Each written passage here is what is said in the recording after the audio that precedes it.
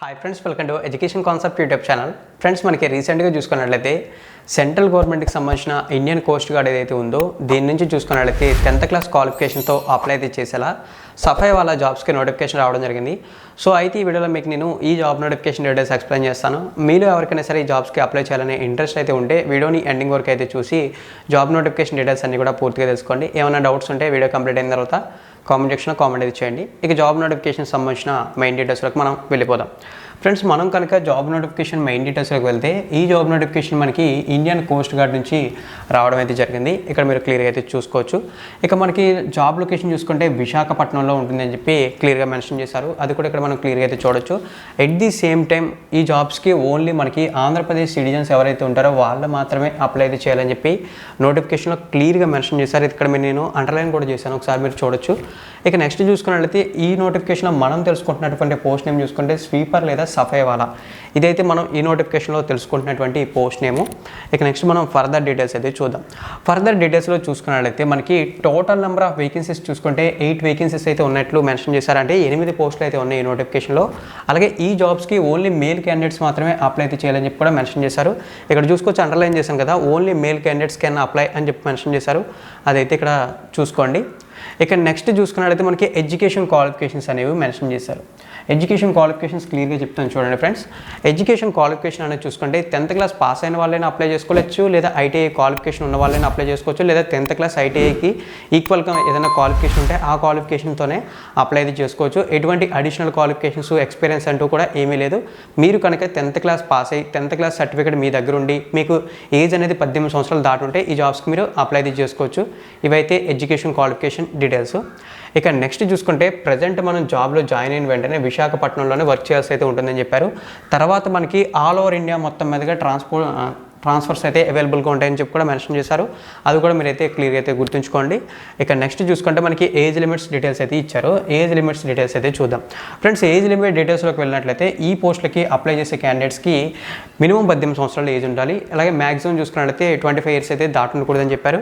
ఇక్కడ చూసుకోవచ్చు 18 years and not more than 25 years అని చెప్పి క్లియర్గా మెన్షన్ అయితే చేశారు. అదైతే గుర్తుంచుకోండి. ఎట్ ది సేమ్ టైం ఇప్పుడు మనం తెలుసుకుంటున్న జాబ్స్ అన్నీ కూడా సెంట్రల్ గవర్నమెంట్ జాబ్స్ కాబట్టి ఏజ్ రిలాక్సేషన్స్ అప్లికేబుల్ అవుతాయని చెప్పారు.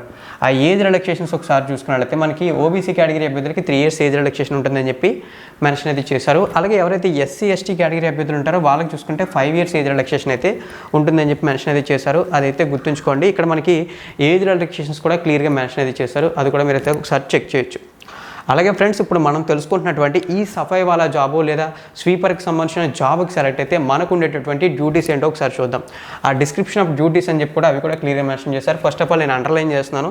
ఇక్కడ చూసుకున్నట్లయితే మనకి ఏవైతే టాయిలెట్స్, యూరినల్స్, డ్రైన్స్, తర్వాత ఏదైతే ఆఫీస్ ప్రమిసెస్ ఉంటాయో అంటే బిల్డింగ్ ప్రమిసెస్ ఉంటాయో అవన్నీ కూడా క్లీన్ చేయాలని చెప్పారు. ఎట్ ది సేమ్ టైం మనకి షిప్ మీద అంటే ఆన్ బోర్డ్ షిప్ మీద కూడా మనకి వర్క్స్ అయితే అవైలబుల్గా ఉంటాయని చెప్పారు. అవి కూడా క్లీనింగ్కి సంబంధించినటువంటి వర్క్సే. అదైతే గుర్తుంచుకోండి. ఇవైతే మనకి జాబ్ గెట్ చేస్తే ఉండేటటువంటి డ్యూటీస్, అది గుర్తుంచుకోండి. ఇక అప్లై అయితే చేయడానికి లాస్ట్ డేట్ మెన్షన్ చేశారు. లాస్ట్ డేట్ అనేది చూసుకున్నట్లయితే మనకి మార్చి 30వ తారీఖుగా మెన్షన్ అయితే చేశారు. అది కూడా మీరైతే చూడొచ్చు. నేను అది కూడా అండర్లైన్ అయితే చేశాను, అప్లై డేట్కి సంబంధించిన డీటెయిల్స్. ఇక నెక్స్ట్ ఇవి మనకి కోస్ట్ గార్డ్కి సంబంధించిన జాబ్స్, అలాగే army based type of jobs కాబట్టి వీటికి కూడా మనకి ఫిజికల్ స్టాండర్డ్స్ అనేవి ఇవ్వడం జరిగాయి. ఆ ఫిజికల్ స్టాండర్డ్స్ అనేది ఒకసారి మనం చెక్ చేసుకున్నట్లయితే first of all height mention చేశారు. ఈ హైట్ చూసుకున్నట్లయితే మనకి అప్లై చేసే క్యాండిడేట్కి హైట్ అనేది 157 సెంటీమీటర్స్ ఉండాలని చెప్పి నోటిఫికేషన్లో మెన్షన్ అయితే చేశారు. అది ఇక్కడ నేను అండర్లైన్ చేశాను చూడండి. ఇక నెక్స్ట్ చూసుకుంటే చెస్ట్ కూడా మెన్షన్ చేశారు. అది కూడా ఇక్కడ మనం చూసుకోవచ్చు. అయితే చెస్ట్ ఎంత ఉండాలని చెప్పి మెన్షన్ చేయలేదు, కానీ బ్రీతింగ్ తీసుకున్న తర్వాత 5 సెంటీమీటర్స్ అనేది కంపల్సరీగా ఎక్స్పాన్షన్ అయితే జరగాలని చెప్పి మెన్షన్ చేశారు. ఎట్ ది సేమ్ టైం మనకి ఐ సైట్ లాంటిది ఏమీ కూడా ఉండకూడదని చెప్పి మెన్షన్ చేశారు. అది కూడా ఇక్కడైతే మీరు క్లియర్గా అయితే గుర్తుంచుకోండి. ఇక ఈ జాబ్స్కి సంబంధించినటువంటి ఏవైతే ఎగ్జామ్స్ అయితే ఉంటాయో అంటే ఫిజికల్ ఫిట్నెస్కి సంబంధించి రిటన్ ఎగ్జామ్స్ ఉంటాయో అవి చూసుకున్నట్లయితే మనకి ఏప్రిల్ లేదా మార్చ్ నెలలో జరుగుతాయని చెప్పి మెన్షన్ చేశారు. ఆ డేట్ కూడా ఇక్కడ చూడొచ్చు, మనకి మెన్షన్ చేశారు. అలాగే ఎవరైతే మనకి వీటికి సంబంధించినటువంటి ఫిజికల్ ఫిట్నెస్ ఎగ్జామ్కి అయితే వెళ్తారో వాళ్ళు చూసుకున్నట్లయితే మనకి స్పోర్ట్స్ షూస్ క్యారీ చేయాలని చెప్పారు. అలాగే షార్ట్స్, టీ షర్ట్స్ లాంటివి క్యారీ చేయాలని చెప్పారు. ఎందుకంటే ఫిజికల్ ఫిట్నెస్ లాంటివి చెక్ చేసేటప్పుడు చేసేటప్పుడు అవైతే కంఫర్టబుల్గా ఉంటాయని చెప్పి అవి క్యారీ చేయాలని చెప్పి మెన్షన్ అయితే చేశారు. అదైతే గుర్తుంచుకోండి ఫ్రెండ్స్. ఇక మనకి ఈ జాబ్స్కి ఎలా అప్లై చేయాలి, అప్లికేషన్ ఫీజు ఏంటి, ఇటువంటి డౌట్స్ అయితే ఉన్నాయి కదా చాలామందికి. ఫ్రెండ్స్ ఈ జాబ్స్కి ఆఫ్లైన్లో అప్లై చేయాలి అంటే అప్లికేషన్ ఫామ్ ఒకటి మనకి ప్రొవైడ్ అయితే చేశారు. అప్లికేషన్ ఫామ్ని ఫిల్ చేసి మనం అప్లై అయితే చేయాలి. అయితే మనం అప్లికేషన్ ఫామ్ని సెండ్ చేయాల్సినటువంటి అడ్రస్ ఇచ్చారు. ఒకసారి మీకు నేను అప్లికేషన్ ఫామ్ అయితే చూపిస్తాను ఉండండి. ఫ్రెండ్స్ మనకి ప్రైవేట్ సెక్టర్ నుంచి 2 ఇంట్రెస్టింగ్ కంపెనీస్ నుంచి జాబ్ నోటిఫికేషన్స్ అనేవి రావడం జరిగాయి. ఈ జాబ్స్కి ఎనీ డిగ్రీ క్వాలిఫికేషన్తో అప్లై అయితే చేయొచ్చు. ఆ నోటిఫికేషన్ డీటెయిల్స్ అయితే మీకు నేను సింపుల్గా ఎక్స్ప్లెయిన్ అయితే చేస్తాను. ఫస్ట్ జాబ్ నోటిఫికేషన్ చూసుకుంటే మనకి టాటా కంపెనీకి సంబంధించినటువంటి టాటా క్లాస్ ఎడ్జ్ అనే కంపెనీ నుంచి రావడం అయితే జరిగింది. ఇక్కడ మనం చూసుకోవచ్చు. దీనికి సంబంధించిన హెడ్ క్వార్టర్స్ అనేది చూసుకుంటే ముంబై సిటీలో అయితే ఉంటుంది అని చెప్పి మెన్షన్ అయితే చేశారు. అలాగే ఈ టాటా క్లాస్ ఎడ్జ్ అనే కంపెనీ నుంచి మనకు వచ్చినటువంటి జాబ్ ఏదైతే ఉందో ఆ జాబ్ నేమ్ అనేది చూసుకున్నట్లయితే మనకి corporate sales executive associate manager, ఈ జాబ్కి మనకి నోటిఫికేషన్ రావడం జరిగింది. ఈ జాబ్కి మనం ఎనీ డిగ్రీ క్వాలిఫికేషన్తో అప్లై చేయొచ్చు. ఏజ్ లిమిట్స్ అంటూ కూడా ఏమీ అప్లికేబుల్ అయితే అవ్వవు. ఇక ఈ జాబ్కి సెలెక్ట్ అయితే మనకు వచ్చేటటువంటి శాలరీ చూసుకుంటే 5 lakhs to 8 lakhs per annum package అయితే ఉంటుందని చెప్పి మెన్షన్ అయితే చేశారు. ఇక మనం రెండో జాబ్ నోటిఫికేషన్ సంబంధించినటువంటి డీటెయిల్స్ అనేది చూద్దాం.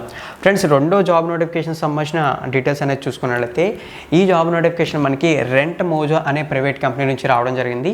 దీనికి సంబంధించిన హెడ్ క్వార్టర్స్ చూసుకుంటే మనకి బెంగళూరు సిటీలో అయితే అవైలబుల్గా ఉంటుంది. అలాగే ఈ నోటిఫికేషన్లో మనకి మెన్షన్ చేసినటువంటి పోస్ట్ నేమ్ అనేది చూసుకున్నట్లయితే డెవలప్మెంట్ ఇంజనీర్కి సంబంధించినటువంటి పోస్ట్ అయితే ఉంది. ఈ జాబ్ కనుక మనం సెలెక్ట్ అయినట్లయితే మనకు వచ్చినటువంటి శాలరీ చూసుకుంటే 12 lakhs to 14 lakhs per annum package అయితే ఉంటుందని చెప్పి మెన్షన్ అయితే చేశారు. ఫ్రెండ్స్ ఈ జాబ్స్కి అప్లై చేయడానికి, ఈ జాబ్స్ని గెట్ చేయడానికి మనకి పెద్దగా ప్రాసెస్ అంటూ ఏమీ లేదు.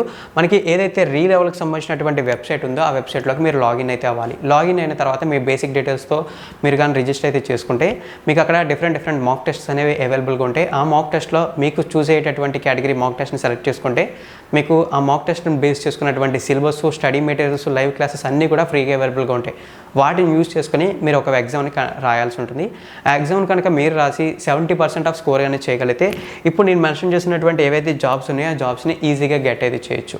అదైతే గుర్తుంచుకోండి. లింక్ అయితే వీడియో కింద డిస్క్రిప్షన్ ఉంటుంది. ఆల్రెడీ చాలామంది రిజిస్టర్ చేసుకున్నారు, టెస్ట్లు అయితే రాశారు. ఫ్రెండ్స్ ఇప్పటి వరకు ఏవైతే మనం తెలుసుకున్నటువంటి ఇండియన్ కోస్ట్ గార్డ్కి సంబంధించిన సఫాయి వాళ్ళ జాబ్స్ అయితే ఉన్నాయో వాటికి సంబంధించి అప్లై చేయడానికి ఏదైతే అప్లికేషన్ ఫామ్ ఉందో ఆ అప్లికేషన్ ఫామ్ అయితే ఇది ఇక్కడైతే చూసుకోవచ్చు. మనకి సఫాయి వాళ్ళకి సంబంధించినటువంటి అప్లికేషన్ ఫామ్ అని చెప్పి క్లియర్గా మెన్షన్ అయితే చేశారు. ఇక్కడ నేను అండర్లైన్ కూడా చేస్తున్నాను, చూడొచ్చు.